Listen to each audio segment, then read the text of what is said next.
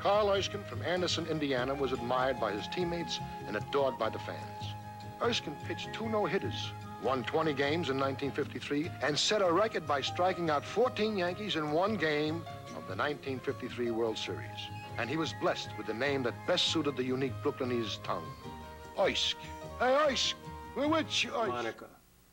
General Manager David Wellenzone was very excited about having a unique experience of the 7th inning stretch being played by Carl Erskine on his harmonica with the famous Take Me Out to the Ball Game. However, what happens next is a bit of minor league history. Note the perspiration on General Manager Wellenzone as he explains the circumstances. Ball market 7th inning stretch, and we have a special guest this evening. Once again, Mr. Carl Erskine on the harmonica. Let's all join in and sing Take Me Out to the Ball Game.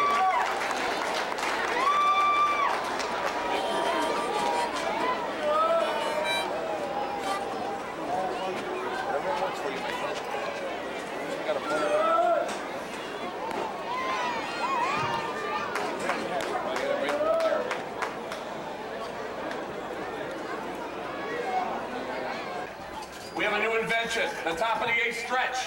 Everybody get up and join our friend Carl Erskine from the Brooklyn Dodgers as he plays Take Me Out to the Ball Game.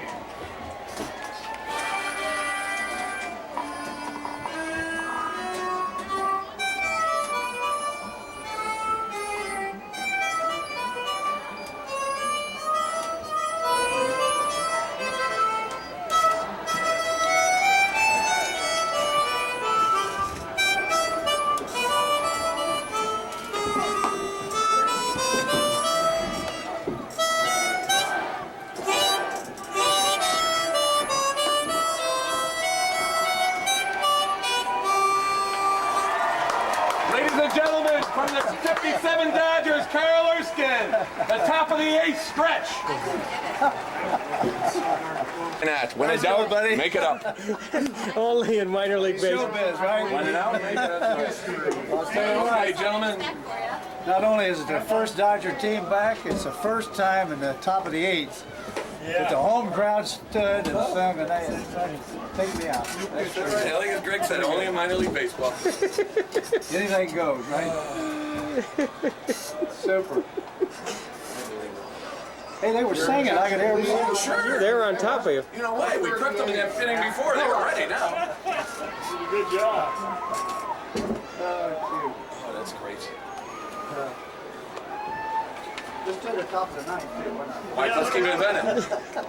Yeah, no, we're here. Let's do it every half inning. Just get warmed up here. I just got to figure out what sponsor I offended when I just bumped him the first game of the year. I want to be apologizing to that. On June 20th, 2001, we had the special pleasure of interviewing Carl Erskine, wherein he regaled us with tales of his wonderful career with the Brooklyn Dodgers. We are pleased to be able to present some of the highlights of that special interview with Carl Erskine. Things began happening at the ballpark. In late May of 1956, Pirate first baseman Dale Long set a major league record by blasting home runs in 8 consecutive games. Tell us about throwing up that home run ball to Dale Long in Pittsburgh, Pennsylvania. Shame on you. You spoiled my breakfast. Well, you know, Pittsburgh had 2 or 3 really premier power hitters in my day. One of them was Kiner, who, you know, the franchise was at the bottom of the league, but they drew big crowds because Kiner hit 50 home runs a year. Well, followed behind him then, Dale Long came along, and he was a power hitter, and he had this streak going of 7 consecutive games in which he did home runs. I think that tied a National League record.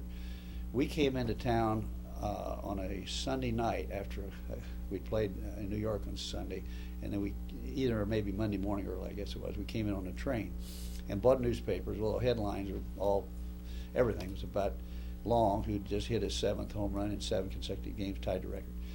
So I'm pitching that next night, So everybody, I mean, they packed Forbes Field to see Dale Long. First time he came up, I got him out on a curveball. He bounced it out to second base. And so all but the crowd's going. He comes up again in the middle of the ball game, and the same pitch. It's a pretty good curveball. I mean, it wasn't high, I didn't hang it, but it was down over the plate low. But he golfed that sucker into right center field, a deep home run. It was probably 380 or something. He had a good. Well, that crowd, I'm telling you, I never thrilled a crowd anywhere like that. That was a bedlam. And in those days, it wasn't so customary for hitter to come back out and take a bow and all that. You didn't see that hardly ever happen.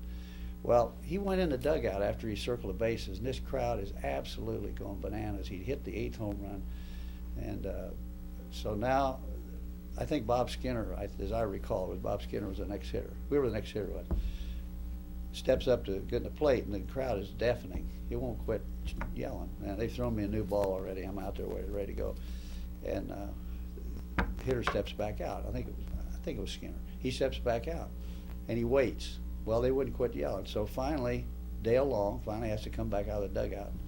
Gave him a big wave and all that, and he go back in. He did that 3 times. And we're waiting for the game. I want to get going. Of course, yeah. But anyway, Dale and I, after that, we faced each other in some old-timers games, and they always get the big build-up. So one time we were in Louisville playing in the AAA park, and they had an AstroTurf infield. And Long always kidded me about being my cousin, or I was his cousin, because he got that big hit off of me. So we were always announced, now here's the 2 players, Dale Long hit the thing, Erskine pitched. So they did that again, and so I'm saying to myself, we've done this about 5 times now. I'm getting tired of this routine. You know, it's You're the thing. foil. Right. So I'm saying to myself, I just never clowned around in baseball. I was serious about it. But in an old-timers game, you're a little bit of showbiz there. But so the AstroTurf, I thought, I want to bounce this sucker to the plate. I'm going to skip it, because Long is, he's up there, and, he wants. So I threw this ball and threw a perfect strike. The ball hit the AstroTurf, went right over the plate. Dale Long goes, boom. He hit a line drive single right through the middle. No kidding. I give up. I can't get him out. Well, one guy you could get out was Mickey Mantle, and especially that World Series game in 1953, 4 times. Well, Mantle was a free swinger. He had struck out a lot against a lot of pitchers.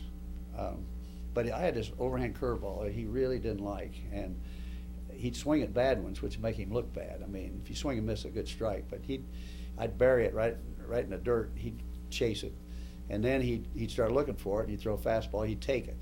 So it was just one of those odd things.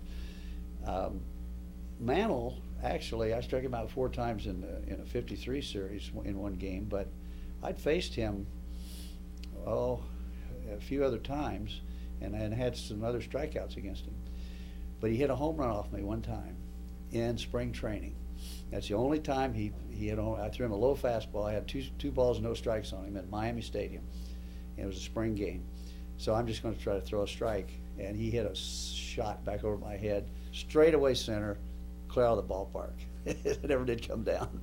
But in any game that counted, I think Mantle got a hit or 2 off of me, but he never did hit a home run off of me. So that was a freak accomplishment, I guess. And then he used to kid me. Mantle used to kid me a lot about striking him out. But